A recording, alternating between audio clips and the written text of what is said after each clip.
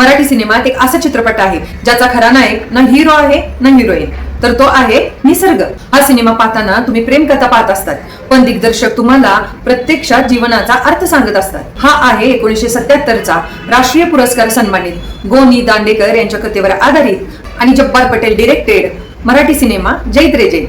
मराठी सिनेमातील एक अजरामर कलाकृती. सर्वप्रथम या चित्रपटाचा नायक नाग्या किंवा चिंदी नाही, खरा नायक आहे निसर्ग आणि ठाकर समाजाची संस्कृती. दिग्दर्शक आपल्याला आदिवासी जीवन गरीब किंवा एक्झॉटिक न दाखवता त्याकडे सहानुभूतीने पाहायला सांगतो.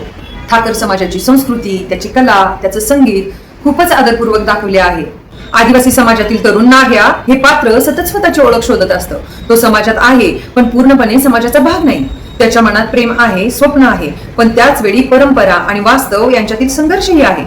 तो प्रत्येक माणसाचं प्रतीक आहे जो आयुष्यभर स्वतःची ओळख शोधत असतो. चित्रपटात दाखवलेली चिंदी ही केवळ प्रेमिका नाही, तर ती जीवनशक्तीचं प्रतीक आहे. आनंद, प्रेम, आशा आणि जगण्याची उमेद यांचं ती प्रतीक आहे. नाग्याचं आयुष्य जेव्हा अंधारात जातं तेव्हा चिंदी प्रकाशासारखी वाटते. नाग्याच्या आयुष्यात चिंदी येते आणि दोघांमधलं नातं फुलतं, पण समाज, परिस्थिती आणि आयुष्याचे नियम त्यांच्या वाटेत अनेक प्रश्न निर्माण करतात. चित्रपटात डोंगर, जंगल, पाऊस, वारा वारंवार दिसतो. चित्रपटातील पात्र असो किंवा माणूस हा निसर्गापासून वेगळा नाहीच हे दिग्दर्शक आपल्याला वारंवार सांगत असतो. चित्रपटाचं सर्वात मोठं वैशिष्ट्य म्हणजे त्याचं संगीत.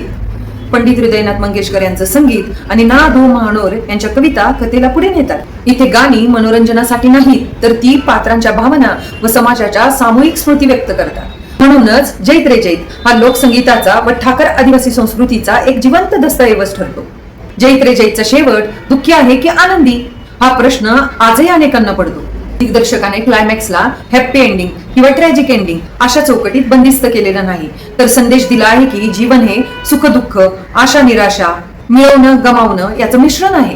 म्हणून शेवट पाहिला की दुःख वाटतं, पण त्याच वेळी एक वेगळी शांतताही जाणवते. नाग्या एकीकडे चिंधीला गमावतो, तर दुसरीकडे जीवनाच्या कठोर सत्याचं भान मिळवतो. माणूस संघर्ष करू शकतो, स्वप्न पाहू शकतो, प्रेम करू शकतो, पण जीवन म्हणजे केवळ इच्छा पूर्ण होणे नाही, तर वास्तव स्वीकारणं सुद्धा आहे.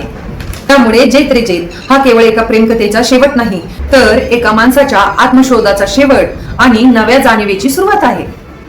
असा हा सर्वांग सुंदर चित्रपट युट्यूबवर पाहण्यासाठी अवेलेबल आहे. चित्रपटाबद्दल तुमचे मत कमेंटमध्ये नक्की सांगा. अशाच क्लासिक सिनेमांच्या प्रमोशनसाठी माझे चॅनल लाईक आणि सबस्क्राईब करा.